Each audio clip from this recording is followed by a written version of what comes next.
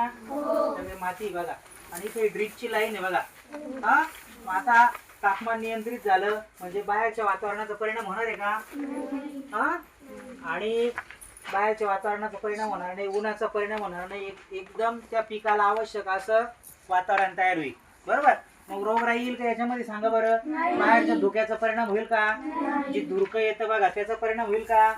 पावसाचा परिणाम होईल का? गारांचा परिणाम होईल का? मग पीक कसं येईल बरं?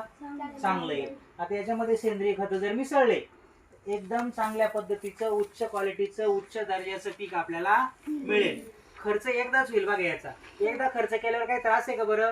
नाही. नंतर दरवर्षी खर्च येईल का? आणि याच्यामधलं गवत एक काढलं तेवढाच खर्च आहे बघा, बाकी काही खर्च नाही. खत द्यायला या ड्रीप मधूनच डायरेक्ट देता येतं ना स्प्रेच्या माध्यमातून. हा पाणी जास्त लागेल का याला? नाही. तर उष्णता नसल्यामुळे पाणी कमी लागेल. बरोबर. खत कमी लागतील. बाकी पिकाच्या आजूबाजूच्या जागेला खत द्यायची गरज आहे का? जिथं पीक लावायचं तिथं असं छान जर शेती केली तर शेतीत परवडेल का नाही सांगा बरं?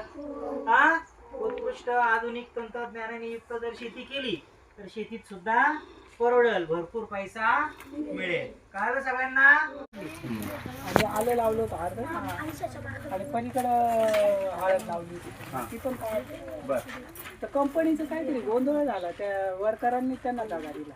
बर. त्याच्यामुळे ते बंद पडले. अच्छा. आणि आपण 2 वर्ष केलं हे काम. हा आणि किती चांगलं खर्च आला हे करायला असेल? तो आम्ही 80-90 लाख. बर. हो आणि हे सगळे पैसे आपण खर्च केले होते कंपनी? आम्ही खर्च केले होते. हे सगळे पैसे? हो. बर. आणि ते 2-2.5 वर्ष मस्त रिटर्न द्यायचे. हो ना. किती साधारणतः महिन्याला आपल्याला? लाख रुपये द्यायचे. हो का? हा बर. म्हणजे 2 लाख रुपये पण आपला करार किती वर्ष होते? 5 वर्षाचा. 2.5 वर्ष केलं आणि नंतर मग त्यांनी पण मग आपण काहीतरी करायला पाहिजे होतं याच्यात. करतोय आम्ही, पण आम्हाला कोणी करायला मिळत नाही. आता आम्ही दोघं काय करू नाही शकत, मुलांना वेळ नाही. हा हा. तो कोणी आम्ही करणारच शोधतोय. बर. तो कोणी करत असेल तर आम्ही बहुतेक तुम्हाला काय वाटतं की 2-2.5 वर्ष गेले काही रोगराई आली की या पिकांवर? नाही काय अजिबात नाही ना? पाणी पण कमी लागत असेल? पाणी म्हणजे असं तुम्ही त्या बाजूला ना तुम्हाला बघता ना किती